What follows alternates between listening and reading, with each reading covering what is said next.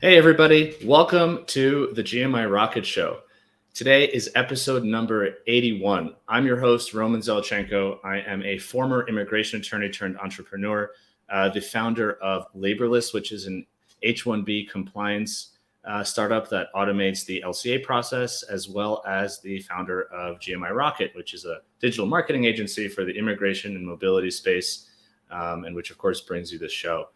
Today, I'm very excited to bring a guest that is doing something really fascinating with British nationality law, and of course more, as we'll find out. Our guest today is Bruce Mennell, who is the CEO and founder of Aora. So we're going to learn all about what Aora does today and how Bruce got into the space of, effectively building a platform that has codified British nationality law and is, a tool that's helping UK immigration practitioners really be more efficient and effective, and particularly with respect to helping, applicants figure out their potential citizenship or British nationality. But even before that, Bruce has an incredible life story and journey, and had prior to that started a technology company in the Fintech space, which was acquired. And it's just, I love talking to people who are serial entrepreneurs because there's so much compounding kind of experience and information there that we can really kind of all learn from.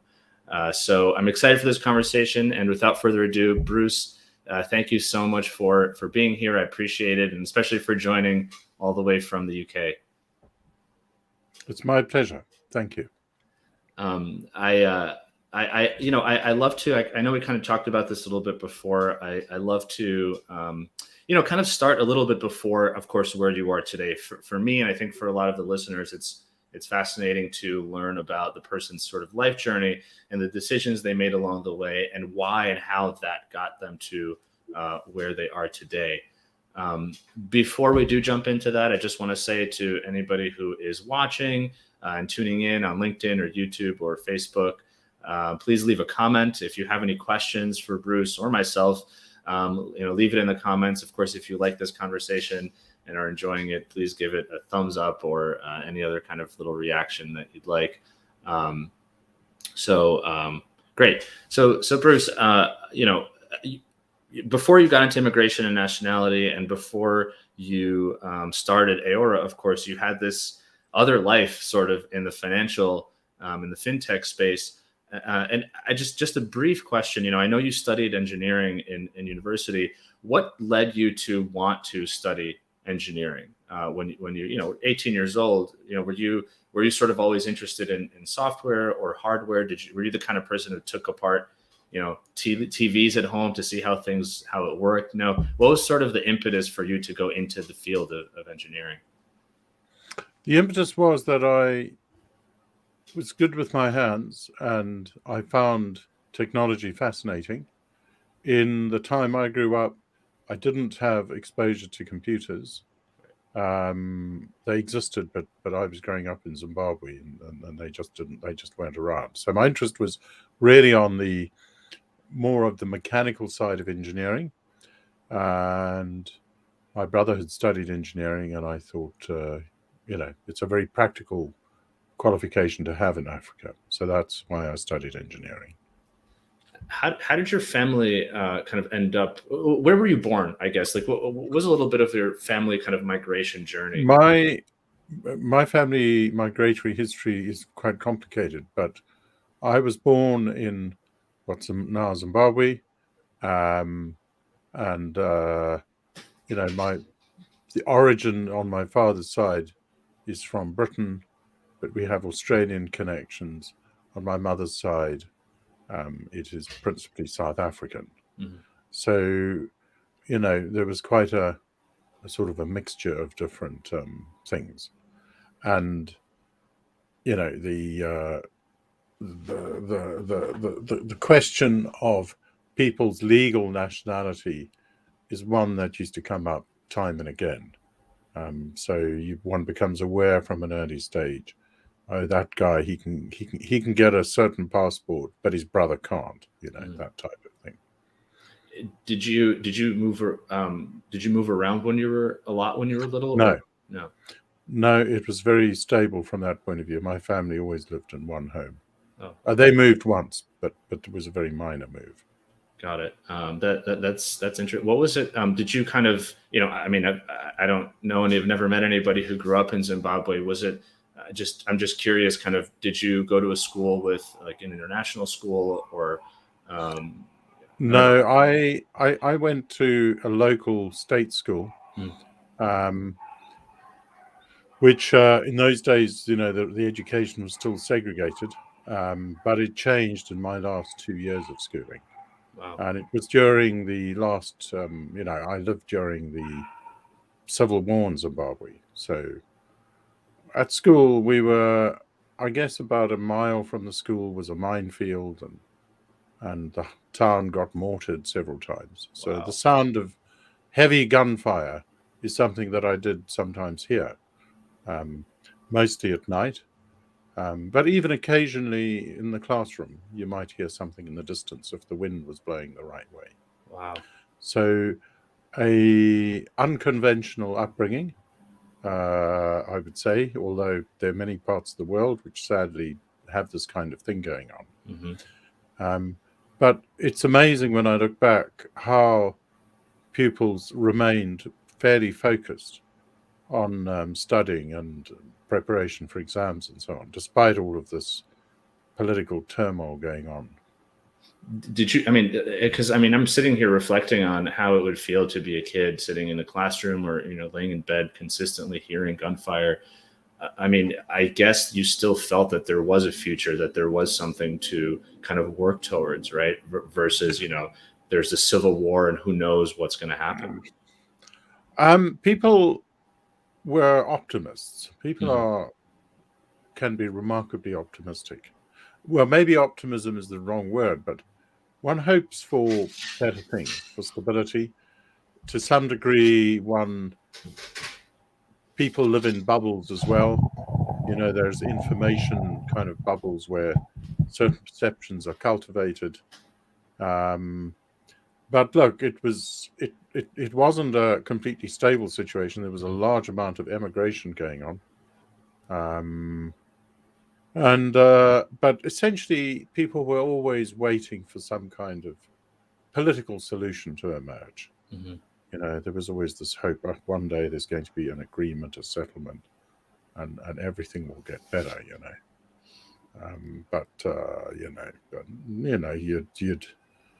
You'd hear interesting anecdotes, and you'd have your hopes raised. And I remember once a friend of my father's, who used to be our neighbor, he briefed my father on a meeting he had had 2 weeks before with Henry Kissinger, who's still alive. Mm-hmm. And he said, Henry's said, you guys have got to sign a deal. And the tears came out of his eyes. And he said, this is the best deal. This is the best it's ever going to be, kind of thing. Wow. That came and went. And then there was a new president with a new team. And there was a fresh set of, but it was all, this was the Cold War was still going on, and different factions were getting their kind of support from different people. Yeah. It was quite sort of chaotic at times. I mean, really, not,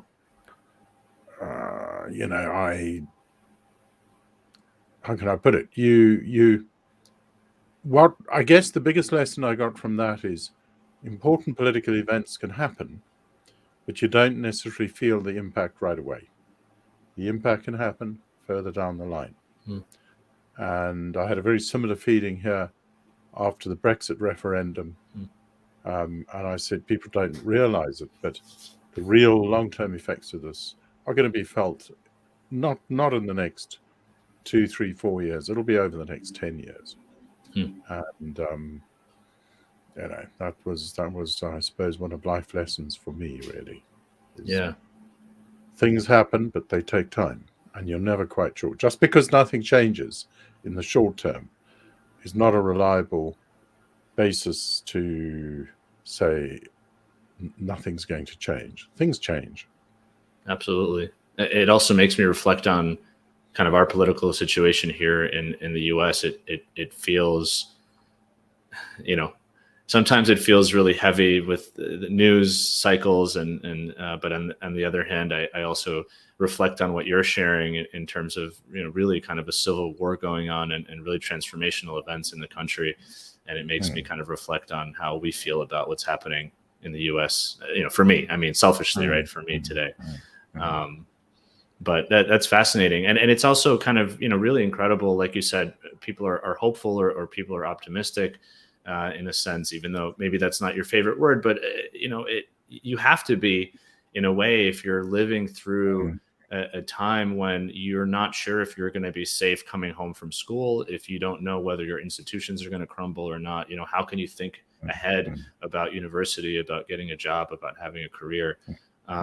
So how do you, but it sounded like as all this was happening, you sort of still had this kind of very logical, forward-thinking mindset where you said your brother was an engineer and you kind of looked to it and said, okay, this was practical. Maybe I'm reading into this a little bit, but I still want to ask the question: do you feel like a practical, sort of hands-on, I don't want to say maybe lucrative, but perhaps stable job was, was something that made sense to you, given the fact that things around felt unstable, perhaps? Or am I reading into that, too much? I think that's a factor, but I would say that generally in Africa,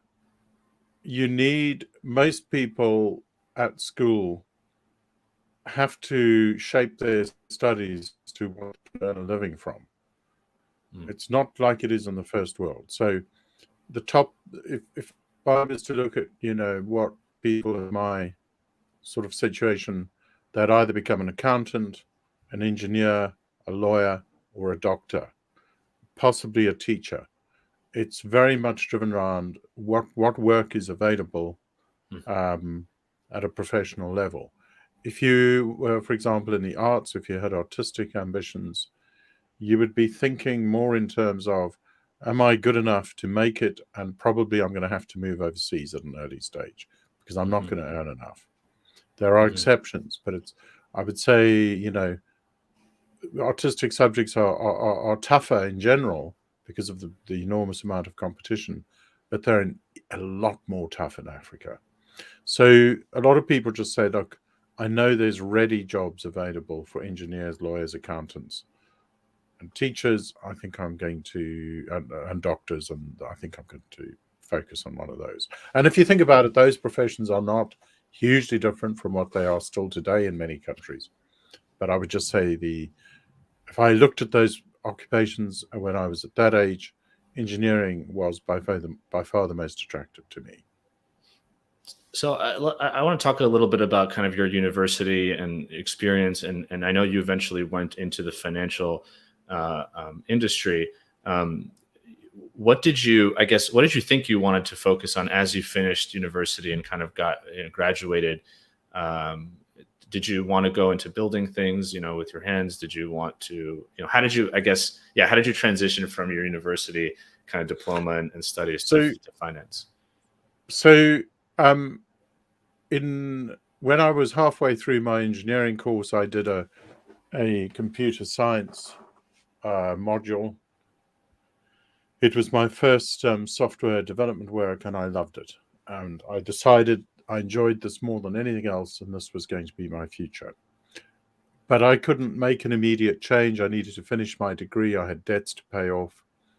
And the opportunities were still limited in those days. In the programming space where I lived, they existed, but nothing on the scale they do now. So one had to tread one step at a time. So I finished my engineering degree. I worked as an engineer. Then I did more software development work in my first job, which was a consultancy with quite advanced computing work. And they encouraged the engineers to do programming, Fortran programming. They were extremely advanced in their thinking.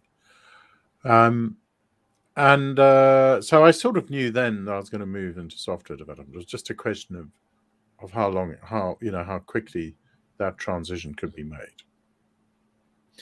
Now, how did you move eventually from there into the financial space? I mean, So there was a two-step process. I first of all had to get my first software job, and by this stage I was traveling. I'd come to London, and I was living in London. I made some inquiries to try and work in software that didn't really go anywhere. I then got an engineering job. I had an opportunity to do more software. And then I got a job offer with a small software house, which, as it happened, did financial software. To be more specific, software for the capital market space. mm-hmm.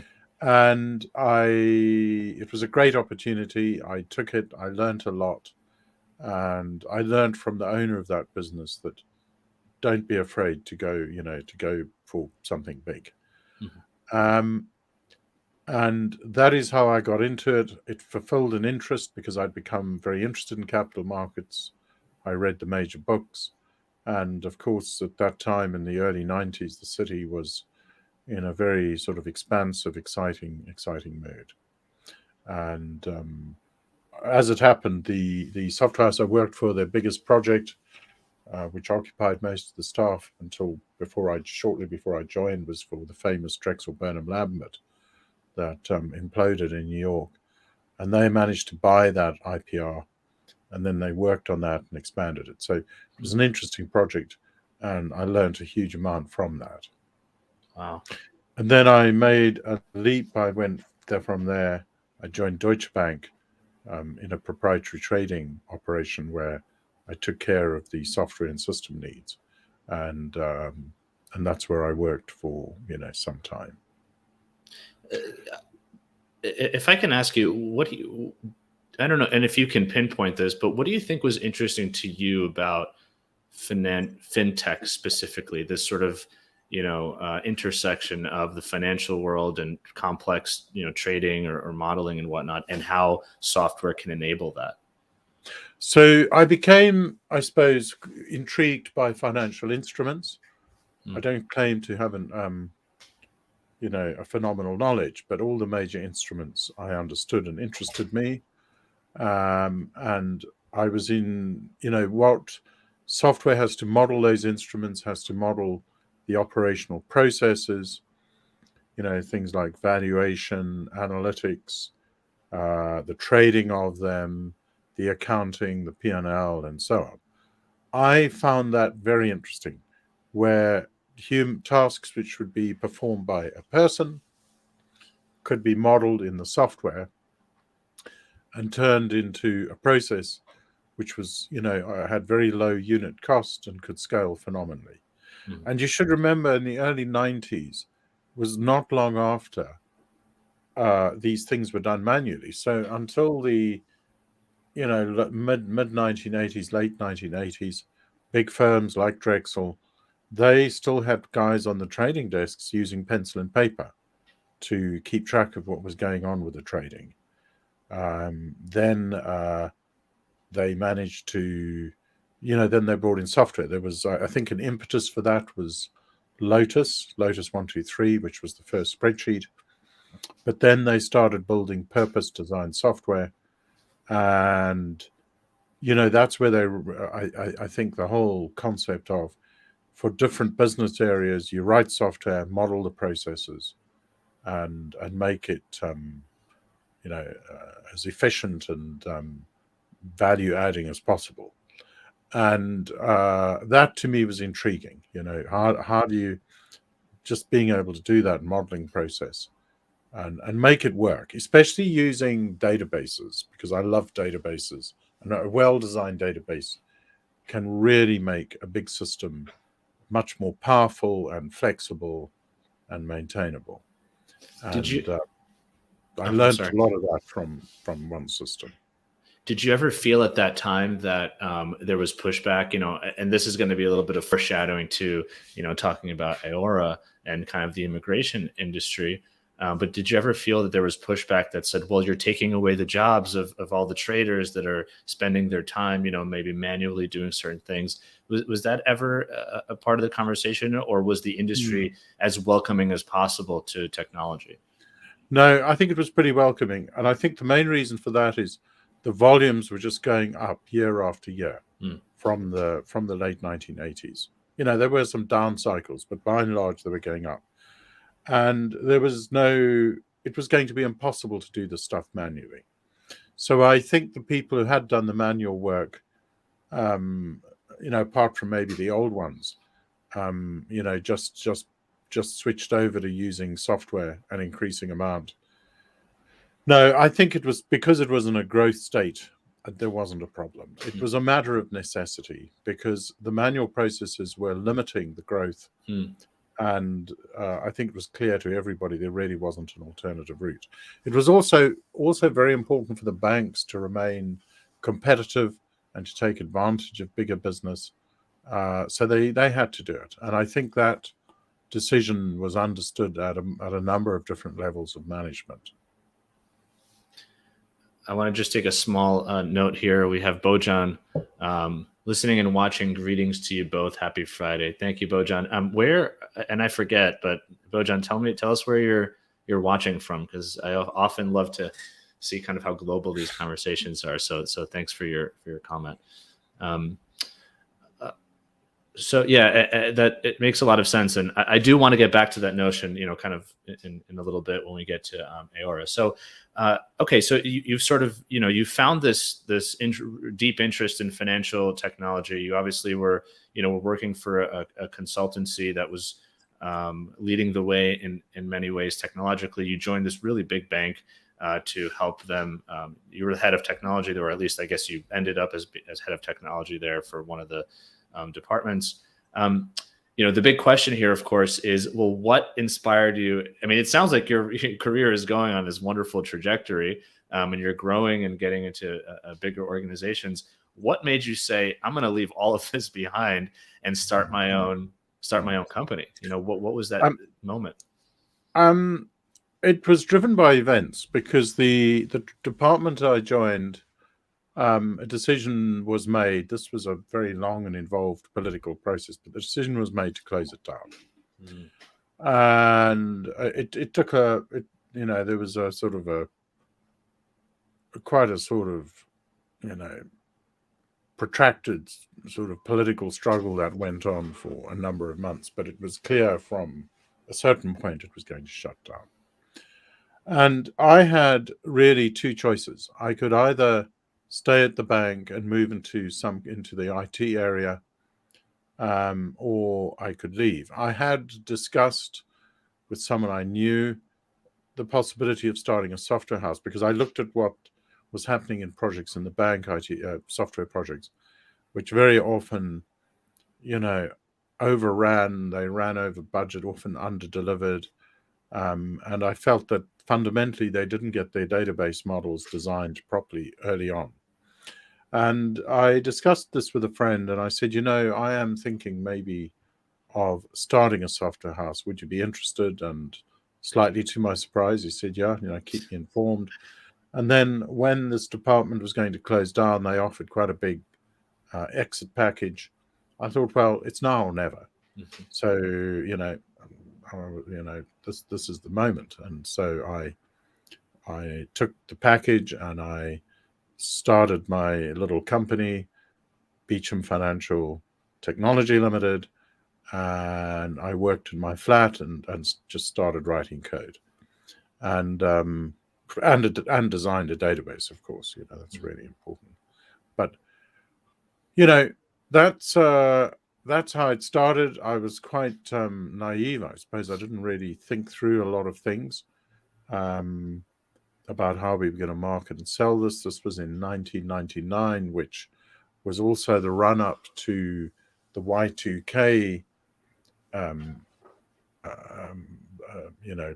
event, and that made many banks very skittish about buying anything. But nonetheless, we built what we called a platform, a toolkit, which was targeted at the sell side, which is like the broking side of the investment banks. Mm-hmm. As things turned out, nobody was interested in buying at that point. We did, for a time, have a potential backer or purchaser or sponsor. Sponsor is the word they use. We had a potential sponsor at Merrill Lynch, But then he suddenly left his job and we were left out without a sponsor. But I was quite lucky in that some of the people I knew in the proprietary trading department, Deutsche, had joined hedge funds. And I started making inquiries about hedge funds. And I went along to the prime broking departments of the large banks like Goldman Sachs and Morgan Stanley. And I spoke with them and I said, look, we've built a platform and we're thinking of we're going to rework it for the buy side, in other words, the asset management side. And they said, yep, there's a big gap in the hedge fund space. There's a need for a good system, a good package solution. And guided by them, we adapted what we had. And fortunately, nearly all we had written so far worked well. We didn't have to discard anything because the sell side and the buy side are basically mirror images of each other. And we built out a package solution, which became known as Fund Manager. But getting the first customer was very difficult. That was the result of a chance meeting. And once you've got some customers, there was one interesting thing. The prime brokers said to me, "We think what you're doing is going well, but we're not going to tell anybody about you. We don't want to take the risk that we tell them about you and they buy your stuff and it doesn't work, because then they'll blame us for mentioning your name." So we had to find that first customer ourselves, and a chance meeting provided that. And after they were happy, we then started to get some leads, and the volume of leads we got grew, and then we got some quite big customers, and everything became, at least in terms of getting leads, a lot easier. Obviously, the amount of work we had to do grew phenomenally. There's so many lessons there. As I'm sort of reflecting on my own experience as you're talking. One of the first that stood out to me was this idea that you had somebody who was, purportedly on your side at a large organization, but then they quit. And so, you sort of, you realize in that moment that, oh, wow, I can't control any of these things. It all feels like it's going right. But then if everything is concentrated on one person that is going to, as if you think at the time is going to make or break the situation, it's just, I can imagine a lot of entrepreneurs at that moment saying, well, we had that one chance, the person left, and might as well just close up, shop and go work somewhere else. One question that I had, and, we don't have to go too deep into this, but I'm sort of just curious, did you have anyone in your family, in your life, who was sort of entrepreneurial? And I ask that because when I was growing up, I always had a million ideas. It was almost fun, talking to my parents or something about like these wacky business ideas. Although I reflect on some of them, they weren't that bad. But it never even occurred to me that I can do something about it. It was just an idea that I could just throw out into the world and we could laugh about it for 10 seconds and move on. What gave you sort of that initial confidence when, you noticed the gap in the market, you saw that the software that was being built in-house perhaps wasn't delivering all it could. You still had to have that belief that you could not only build the thing, but create a business out of it. I guess I'm curious, you said maybe you were a little naive. Was it just thinking, oh, this will be easy? Or did you have any influences or inspiration in your life from an entrepreneurial standpoint? I think there were a number of factors, but the thing you just mentioned, if I'd known how difficult it was going to be, I probably would not have done it. Right. There is a big element of luck. Like people you meet, timing. Our timing turned out to be good for hedge funds because they were in a growth state from 2000 onwards. I think it was a number of factors. I think one important one is that I had worked in a software house when I first came to London, and I knew how a software house could be run. I saw how things worked. I could see the mistakes they made. I wanted to do things differently. And I realized it isn't, software is difficult, but if you've worked in that environment, you can see ways of doing it. And you can also see how much money is wasted when big organizations try to build software internally. That's what I saw in the bank. And therefore, you kind of see, well, there's a logical argument here. We can do this stuff. We can build some very powerful software. We can build it more cheaply. And because it's good, people are hopefully going to like it and buy it. That's quite naive. It's never that simple. You do need relationships.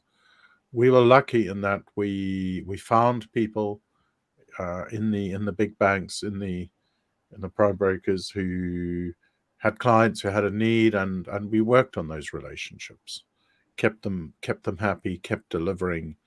I think there wasn't really much of an inspiration. I guess later on, lots of people were starting software businesses, but at the end of the 90s, it wasn't that common. It was still quite a dive. I guess another thing that encouraged me to do it is, apart from getting some cash from the bank when I left, I also had an opportunity to remortgage my flat, and that provided me with a means of supporting myself. I thought, well, I can survive for 3 years with it if I live carefully. And I thought, well, it's now or never. Let's just go for it. I don't know quite why I chose that. I think it was partly because I couldn't see any other quick way of doing it. I was kind of by that stage just a little bit too old to get into big organizations and work my way up, because if you looked at the banking area, the guys who move up rapidly tend to be people who come in the graduate intake program. You come in a bit later, it's quite hard. How old were you at that time? I was 35. Okay. And it's not impossible, but it's more difficult. Mm-hmm. And I could see ways, the numbers look good. You software, you license it to so many clients, you get this much money. There were many what I thought logical. The logical case was there. But what I had, where we were quite lucky, is that the timing was good. There was a market, there was a need, and there was a way of building relationships with guys who would give leads. It's amazing. And so I'm very cautionary in talking to young people who start stuff. You've got to get a number of things in place. Obviously one wants to encourage disruptors, and I've gone down a much more high-risk journey, I suppose, in some respects, when I started out with the software I did subsequently. But I didn't really get much of a steer. I guess in the early 2000s, you did start to see, I suppose at the end of the 90s, you got a flurry of startups, but a lot of them were commercial rather than software. Right. The software startups sort of started to come in after 2000, and it kept climbing. Yeah. No, it's fascinating. So I'm just maybe a serendipitous. and look, and that's kind of why I was cautious about asking that question. Sometimes there is, that really direct answer of, well, yeah, my uncle started 3 businesses when I was a child and I saw it happen. And other times it feels like a confluence of various things. But no, that's really wonderful, insight there. And I think a large portion of it too was sort of seeing what was happening in the industry. It sounds like having a little bit of financial security, right? Where, you can wait a little bit, because it obviously does take some time, but the naivete, at least for me, certainly played a huge role in thinking that it's a good idea to start a business. So I know that your business was eventually acquired, and I don't want to dive too deep into that, because I do want to get into the story of Aora. But the reason I asked this question about entrepreneurship is because when you got acquired, you worked for, and I'm blanking on the name of the company that acquired your software. Line Data. Yeah, thank you. You ended up working there for some years after the acquisition. No, not really. Oh, no. Okay. I stayed on until the whole earn-out process finished, Mm-hmm. and then I moved on because I wanted a break. I'd worked in, it had been a 10-year process, Mm-hmm. and I was quite tired, and I needed a break. So can I ask you, what did you do during that break? I did some traveling, and I just wanted a break. I guess I had worked in the capital market space or asset management space cumulatively at that point for about 18 years, and I was very tired of it. Um, I could walk down a street in the city, and I'd keep recognizing people, and okay, it's in one sense it's quite nice, but in another sense, it can be, I think, a little bit overwhelming, and I wanted a change. I really wanted a big change, and I got married, um, and so no, I wanted to do. I decided that whatever I was going to do needed to be outside that space and completely different. So I guess maybe that's a great segue for me to ask you, how did you sort of then get into because before you got into nationality, if I understand correctly, you kind of started to think about the legal industry a bit more broadly and how technology could disrupt that. Is that correct? Is that kind of where your mind? Yeah. So I had always had, all the way through from university days, I had a kind of casual interest in the law, how the law works, and I always thought, well, hang on, the law is basically a set of rules. It's deterministic. It does, parts of it certainly lend themselves to being modeled in some form of system. And I had that interest, and I thought this is something I should look at one day. I also developed I had some interest in nationality, because as a sort of a side hobby, I used to help get people British and Irish citizenship when I was at, in my last year at university and in my initial years of working in Cape Town. And I thought, this is interesting. And then I found a paper, a very important academic paper done in the 1980s at Imperial College, which looked at British nationality law as a case study for a computer logic program. And it said, yes, it could be done, but there'd be some major difficulties to overcome. So I thought, this is interesting. And I knew a guy whom I'd worked with, whom I thought, if there's one person in the world who's going to crack this, he might be able to do it. And so I worked. There was a point at which he was looking for a new job, and I said, come and work for me. We'll start this experimental project. And so it kind of happened. There was no big plan. It was sort of a series of sort of ideas, intentions, and we drifted into that. I drifted into that, and then it was like, well, let's try these. Let's try and do this, try these experiments, let's see where we get, and so on. And at the same time, although we chose UK nationality law as the subject matter we modeled, it was at one level an enormous case study, because really I saw the platform, which is configurable, as something with potential to other areas of law. And we studied the academic material. In the end, we decided to build our own solution. There was no big plan. It was just a sort of a series of developments that took place. Now, and so at this point, you and who is this person, by the way, if you can share, or that's Alan. That's Alan Millington, who is our senior developer. Amazing. He's got a first-class mind, and very rigorous and insightful logic in his thought processes. And he from an early stage was also a believer that this could be done.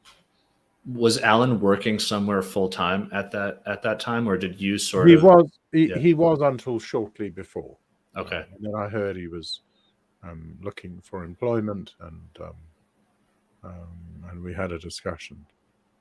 And just, and mine, I guess the way that I would imagine it is at this point, you had obviously sold your prior company. So were you sort of just self-funding this in the beginning stages to Yes, explore? Okay. I was self-funding it, Mhm. and yeah, that's how it was done. Yeah. Yeah. And that's great, right? It's so cool to, if you think about, the sort of the cyclical nature of this, but how it blossoms. Your first business, you sat down and you started to build out a database. You didn't know what was going to happen, whether you're going to get clients, and you were sort of bootstrapping it, if you will, but really kind of picking yourself by the bootstraps. But of course, then you went through this whole process of building a company, growing it, selling it.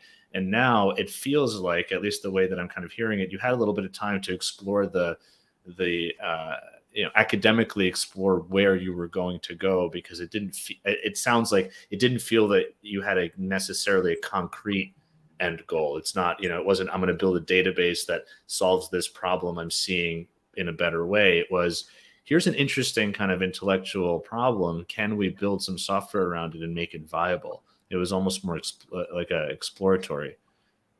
It sounds like. Yes, Yeah. yes, it was. It started out very much as an exploratory exercise, and then as we codified more and more law, we continued extending the platform, building out this quite rich infrastructure, which is really what makes it possible to write rules that are relatively simple, because there is this very rich ecosystem around them. And that took time, and we would hit problems, and we'd have to stop and brainstorm and experiment to find solutions. And that's why, we've submitted patent applications for various things that we developed along the way. So yes, you see the difference, I guess, between my first company and my second. The first company, we were doing something that others had done before, but we wanted to do it better. With Aora, there really wasn't anything.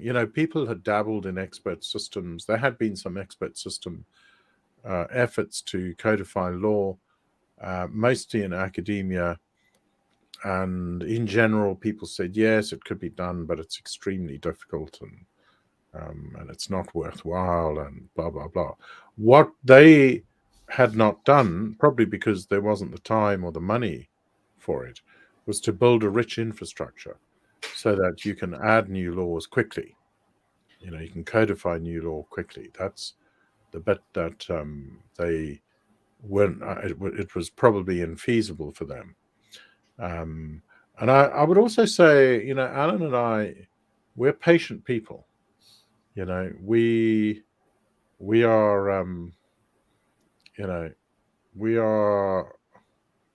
we're not marshmallow guys. We are. We know it takes time and a lot of work and frustration and disappointment before you get something working to a standard that is going to be fit for purpose. Because something has got to be easy enough, otherwise it just isn't viable. Okay, and we can now, once we go through a process where law is analyzed and then we spec out its behavior but the process of deciding what the behavior is, that's the time consuming part. You've got to study the law, you look at the case law, you look at the government guidance, and then you think, okay, I think this is how it behaves in these situations. That's the time consuming bit. Once you've decided that, putting that into Aora is quick. So we were building the infrastructure to make it possible. As it turned out, we'd chosen British nationality law, which in hindsight was perhaps a poor choice, in as much as the volume of that law is it's gargantuan. It's just a horrifying amount of it, and not something anybody should have really chosen as a case study. When I look at other areas of law, they're much more self-contained, they're smaller, and they're simpler, because a lot of the nationality law is drafted in very weird ways and ends up being quite complicated. In the end, I guess one benefit of choosing that area of law is that it stretched the platform. So I am unafraid about any other area. I've spent some time more recently looking at other areas of law like tax law and compliance. There's just nothing there that worries me. I view it as all considerably simpler than nationality. That's great. I was talking to somebody about this yesterday. I think that one of the terms that people use on a daily basis for task management is eating the frog in the morning. You sort of start with a difficult task. And this, what you're explaining, is sort of in the grand level where you really built out the system to account for one of the most difficult areas of law. And now expansion into other areas is fairly, it sounds like fairly manageable, which is amazing from a scalability standpoint. I want to just bring in Sean left a comment and said here, I've known Bruce for 20 years, but have not heard some of these insights before. So thank you, Sean, for that comment. And of course, Bruce, thank you as well. So I think this would be a really great time for me to now ask the very simple question of, well, what is Aora for people who are listening? What does Aora do and how does it work? So I'll explain it in two stages. First of all, Aora is an acronym: Assessment, Opinion, Report, Application. And if you take a typical area of law, it could be, for example, citizenship. A client comes to, or a prospective client comes to a practitioner and says, do I qualify for the citizenship, or do I qualify for this or that, or a tax rebate, or whatever? And a practitioner will then gather some facts and then work through the laws that are relevant to the objective, gather more facts, and then eventually come to a view. It may be done in stages. It might be a preliminary view. It may be a substantive view, but essentially there's an analysis of the law and a gathering of facts. And then what Aora does is it's automated that in a package solution. So to make this tangible, I will talk about what we have currently implemented, which is nationality law of the UK, and we have also done Ireland, and to a certain extent we've done other countries as well, because we had to, like Canada, up to a certain point. We haven't modeled them fully. We've done it up to a certain date. And what it does is, in Aora, you create an inquiry for a person, you identify what you're interested in. Is it the UK is unique in that it's got lots of different nationalities. We generally just say, just by default, let it evaluate you for all of them, because it'll check you out for the most interesting one first. And so you kick off an inquiry. Aora evaluates the law. It gathers data from the user, and then it reaches an outcome. And the outcome might be yes or no. It may be the case that it's what we call an interim outcome, because the user did not have data for all the questions and had to answer unknown, and assumed values were used. Like somebody doesn't know when, for example, a grandparent was born, they might just say, well, I don't know, and the system will assume a date based on a sensible choice, based on typical factors. And then from having had the outcome, the user, if it's a positive or negative outcome, there is always a report available, which the practitioner can supply to their client. It is in the form of an explanation as to what's been done, a summary of the outcome, the assumptions made, and then it explains what the next steps would be. And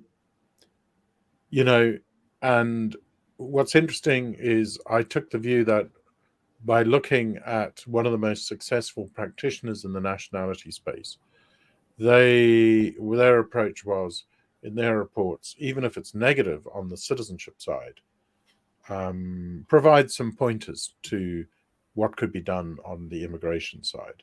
So in our negative outcome report, negative for nationality, that is, the report does provide, and it's not just boilerplate text, it's highly sensitive to the situation of the person, what possible immigration alternatives are available. If the outcome is positive, then the report has many differences, but essentially the last part of it is a bit of a sales spiel, trying to say, well, this is what can be done.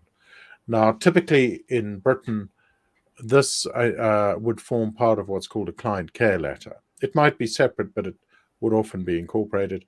All the documents coming out of Aora are Microsoft Word format, so they can be easily incorporated or changed.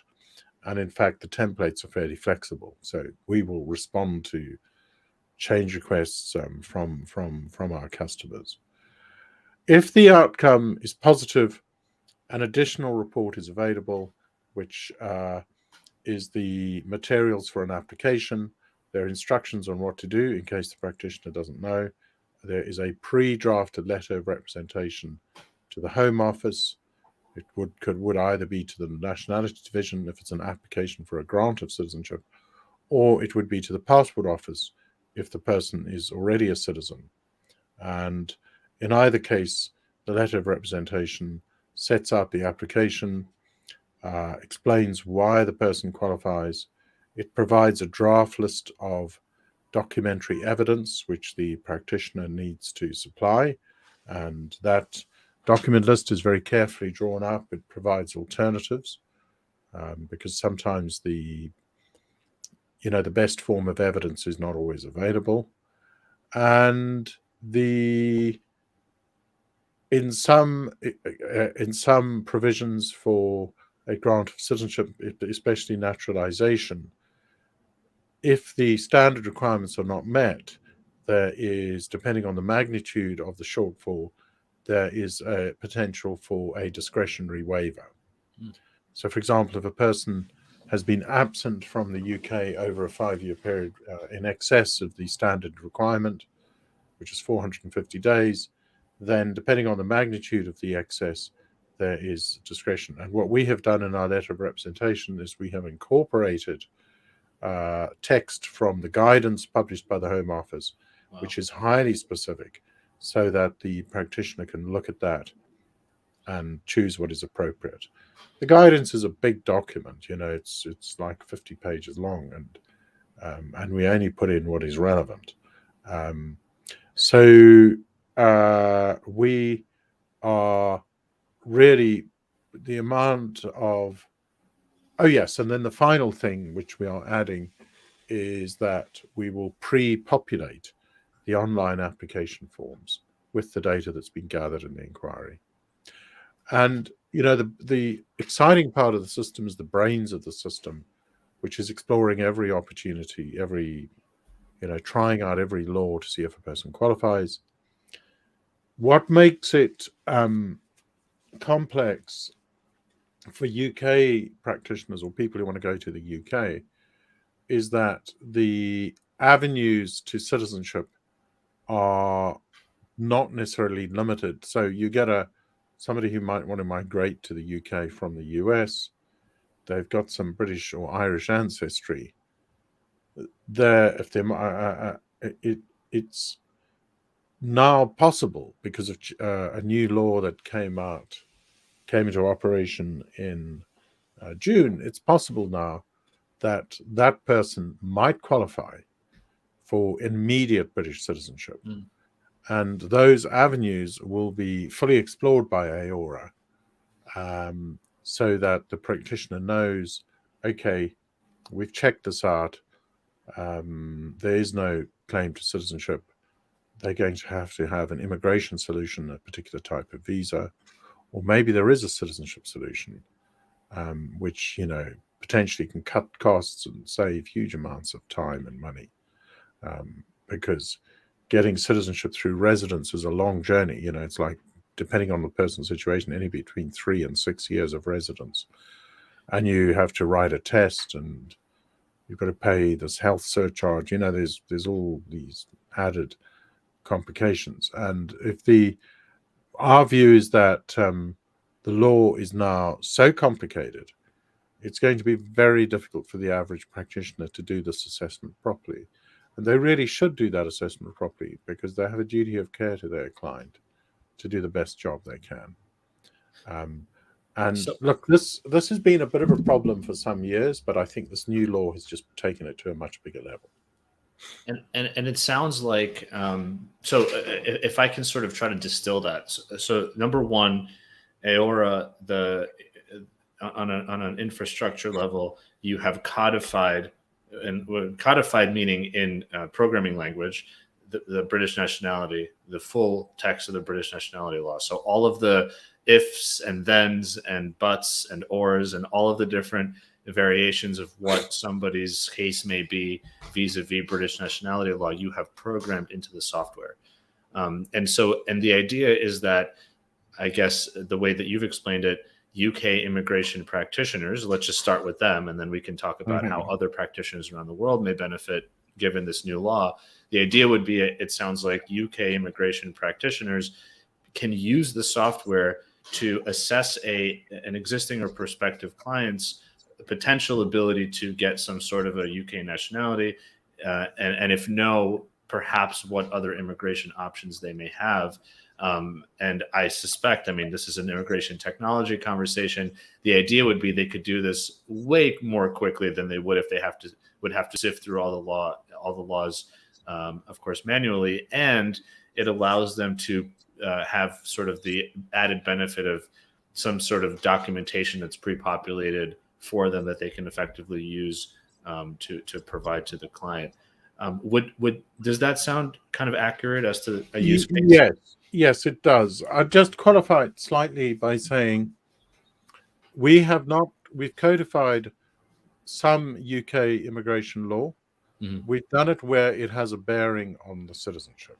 Got it. Right. Okay. We haven't gone to it in a big way. But we've done it in the areas where it's necessary. We can add, and people are suggesting that we add support for certain immigration rules, and we may well do that. But at the moment, the immigration law we've done is around what supports citizenship. Right. But, some of the old immigration law is covered, like the pre-1973 immigration law, because that has a bearing on, and that is the same law that has caused a crisis, the Windrush crisis. It's old law, people have forgotten about it, but it works in some quite, interesting and unusual ways. So I would say it's kind of like the practitioner at the moment, the practitioner could, in theory, do an evaluation, but it'd be the trouble with nationality law is just so much of it that it's the specialists who are really the only ones who can keep on top of it all the time. Mm-hmm. It's a big time investment to get up to speed. And then if you're doing it manually on a per case basis, it's quite a lot of time as well.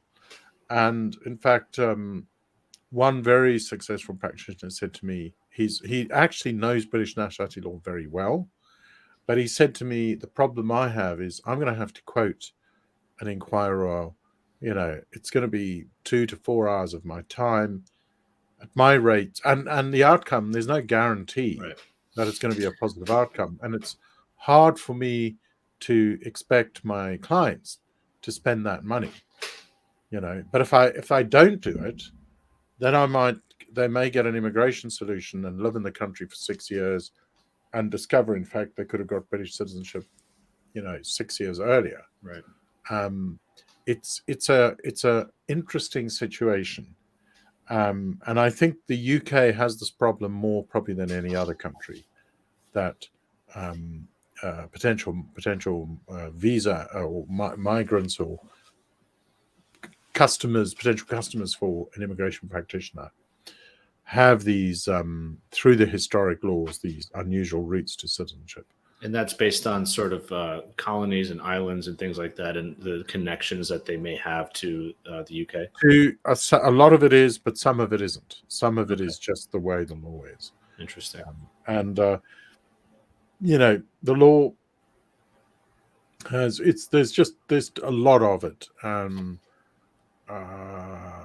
Maybe one day it'll get rationalized, but in the UK there is a great reluctance to not stop using the old law. The old law is, kind of viewed as quite holy and special, and the way they've done in this new act under Section 4L is all the old law gets reprocessed with a sort of hypothetical assumption that certain things will be fair, females will be treated like males and so on. But it's a huge burden on the practitioner because they've got to know all of that old law anyway in order to apply these assumptions to it, which is an enormous challenge. And what we're saying with Aora, look, you can run an inquiry, and if you have the data in 20 minutes or so, you'll get an outcome. And, your client might qualify, but even if your client doesn't qualify, you've now covered that properly. You've met your duty of care obligation, and you can now move on to an immigration solution, not worrying that you've overlooked something. Now, would the idea be that a user, an Aora user, would be using this in the kind of, with a prospective client and sort of in the sales stage or in the very early stages of their relationship with the client?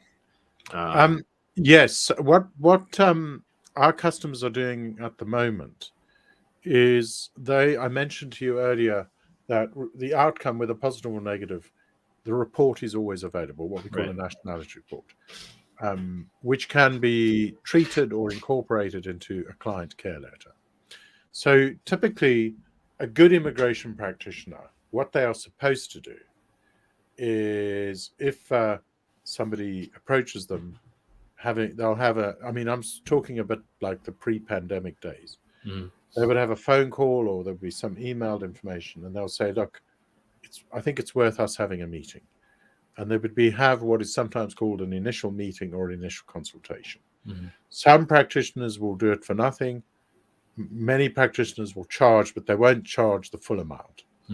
So they'll say, okay, it can run up to an hour, but I'll only charge you for, 40 minutes. So the person coming knows it's capped. If does that make sense? And at that initial meeting, the practitioner would gather information, fact finding it's called. They'll gather the information, and then by the end of the meeting, they would say to the person, based on what you've told me, I think you probably qualify for this or that, or I don't think you qualify, or sometimes you need to go away and get more information. And then what they are supposed to do is write a letter after the meeting to that client, setting out what was looked at the meeting, the information gathered, and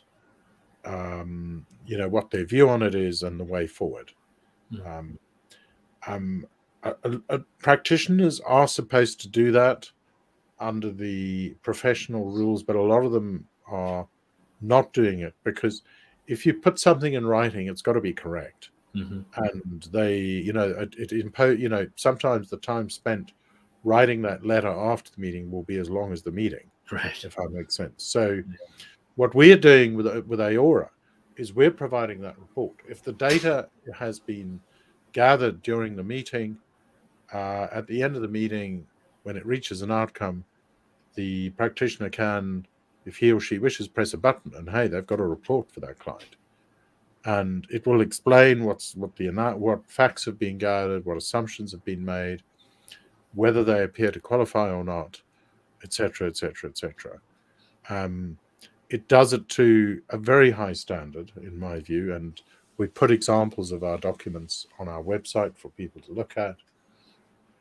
So what a lot of all of our customers at the moment are generating those reports as a way of getting leads. So they'll say to people, look,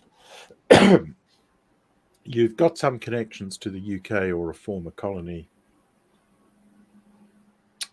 I think it's worth, we suggest you get a report, because only a report is going to tell you definitively what your prospects are. And they sell those reports. It's a huge business line for one company in the UK. They make a lot of money out of these reports, and but it's a way of, it's a cost-effective way of providing people with very good value. It's cost-effective for the practitioner, and it's good value for the client. They get a report, and of course, if the report is positive, then that person can almost always, I would say, be converted into a client for the full service, where the application is prepared and submitted by the practitioner.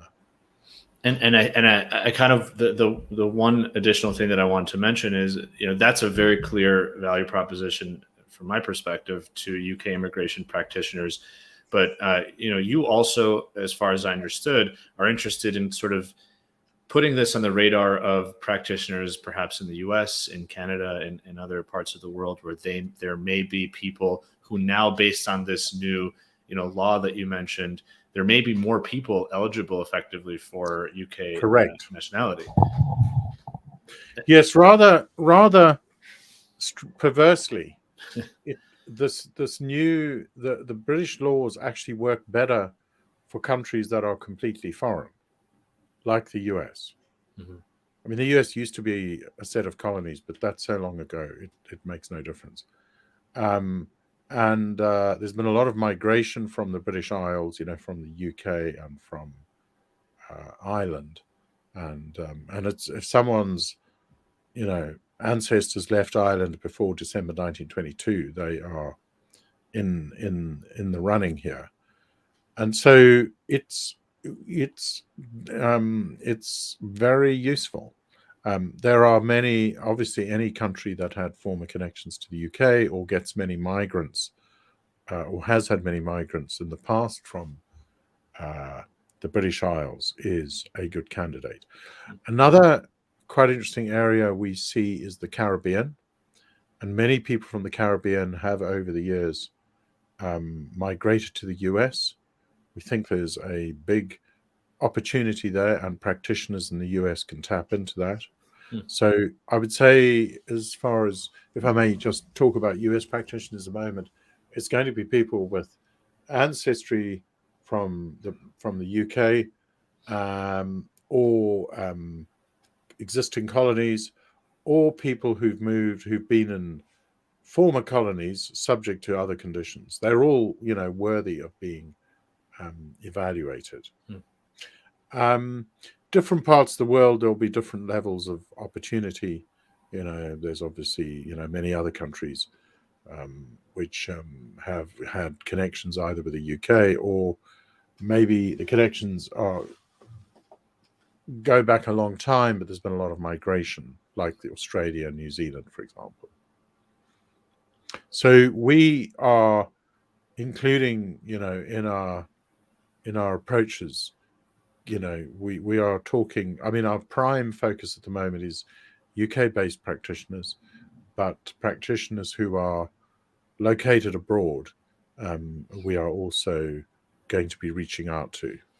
I mean, we're still at an early stage. We're still trying to sort of study that market and quantify it, but we see opportunities. Yeah, and that's kind of what, why I asked the question, in part to, I guess, clarify who should be interested, right? Who out of the people who are listening, who should be interested clearly. Yeah. So to take an example, you get these international visa firms who do a lot of business for big companies in the UK and in fact in all big economies. And instead of getting like a work visa, if somebody wants to go and work in the UK or Ireland, they should think about seeing if if they potentially qualify for British citizenship, because a lot of money and time and stress can be avoided if they do qualify, and they can leap over a lot of hurdles. It's interesting to me. I mean, I don't know what you think about this, but as an immigration practitioner, from a policy standpoint, I then think to myself, so basically the UK with, the new expansion, and if I understood correctly, the new expansion of the law is now allowing for people with matrilineal descent as Yes. well, right? Because before that, it was Yep. only patrilineal descent that was tied to the UK. Is that Roughly speaking, yes. Roughly For births before 1983, it was patrilineal. Got it. But with Aora, everything's checked up. So Right. we look at, all possibilities are evaluated. It might be patrilineal at one generation and matrilineal at another generation. Every possible permutation will have been explored. So in a way, the UK may be adding a lot of citizens, new citizens in the coming years. Do you think? Well. And is that? Do you think that that's sort of? I mean, not to dive into politics necessarily, but do you feel that that's a policy that the UK is sort of pushing for? And I guess I'll the context here is when I look at, for example, Canada. Canada has made it very publicly clear that they are looking to add hundreds of thousands of new permanent residents and Canadians over the next handful of years, to support, to maintain population growth, to support the growing economy. Is that something that the UK is doing as well with this law, or is it unrelated? That's an interesting thought, possibly. But I think the main driver for it is that people have been. What happened was in 2002 and then in 2006, some changes were done to the law to try and remediate the particularly the gender discriminatory aspects. And the way they decided to do it was, okay, let's just pretend mothers were treated equally to fathers in the old law. And the old law, despite its huge volume and complexity and everything, let's just pretend and make that hypothetical, make that change and applied in a hypothetical scenario. And that type of approach is,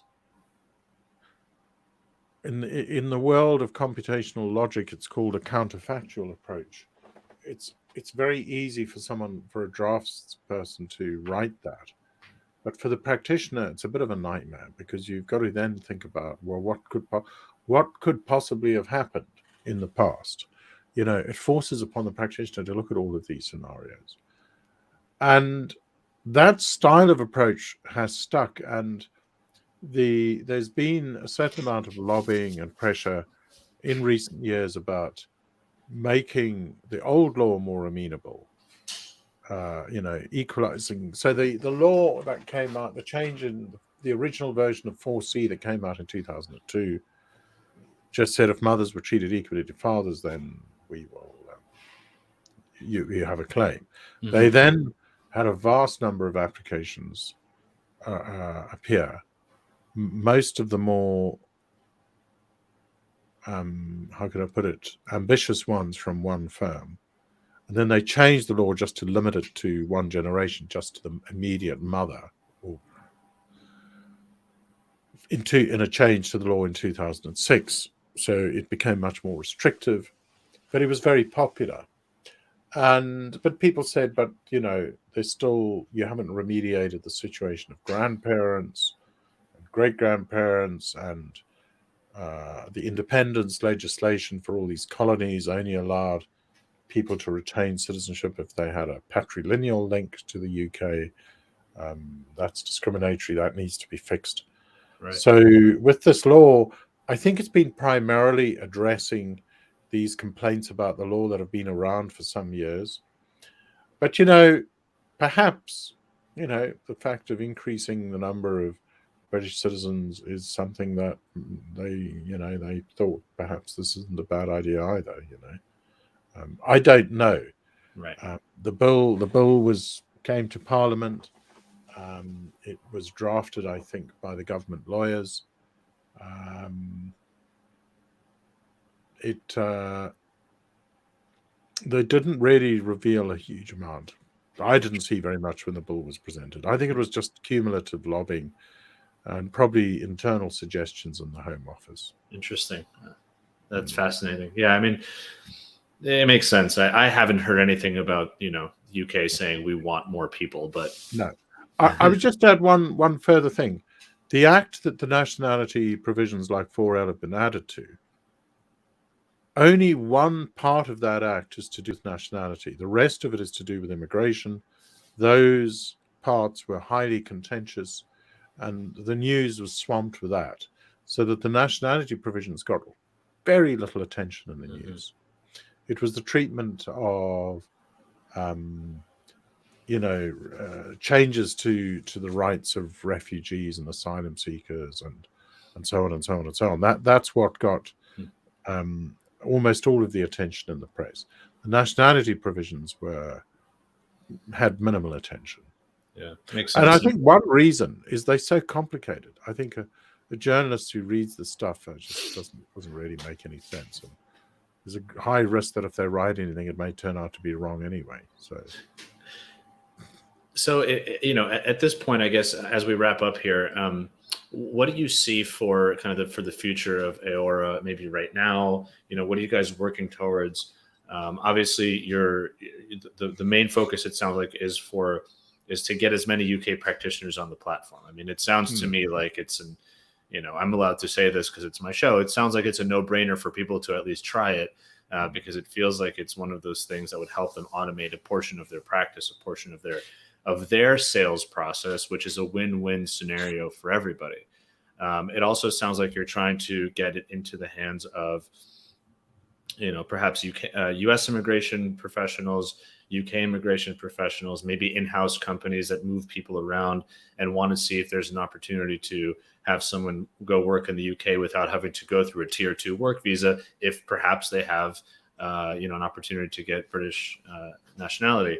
And I know that you're still the early stages, so that what I've outlined is already a lot of work to get Aora in the hands of all these people. Are you thinking beyond that at all right now as well? Or is it kind of like work, head down, working sales, getting in front of people, testing it out and building out the product?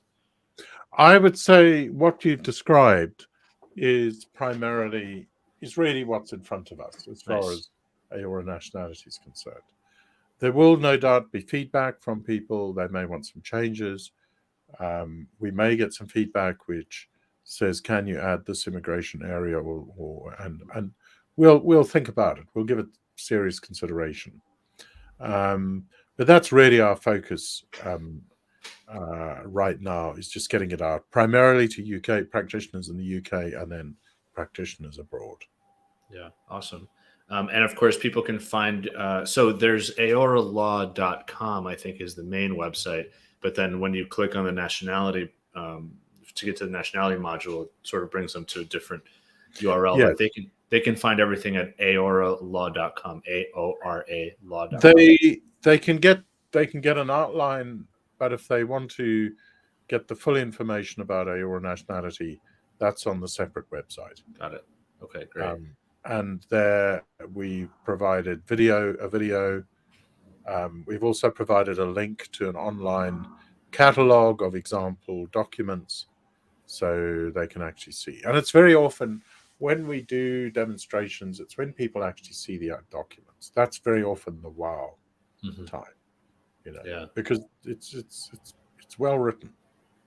I mean, listen, you're talking to an immigration tech guy. The fact that you can automate the intake of information, you automate the analysis, and you automate at least the drafting of a robust template. I mean, that's what technology is there for. That's fantastic. Great. So, for folks listening, definitely please check out aoralaw.com and check out the nationality determiner. Yes, that's right. Yeah. And just to make it more fun to read, we've included some prominent Americans in our example reports. Hillary and Bill Clinton and the Trump family and a few others. And it's surprising, How many of them may actually qualify? Well, Hillary qualifies, Bill doesn't. But it's a near miss. The late Ivanka Trump qualifies for British citizenship because she was married to Donald before 1983. His 2 children born before 1988 also qualify. Interesting.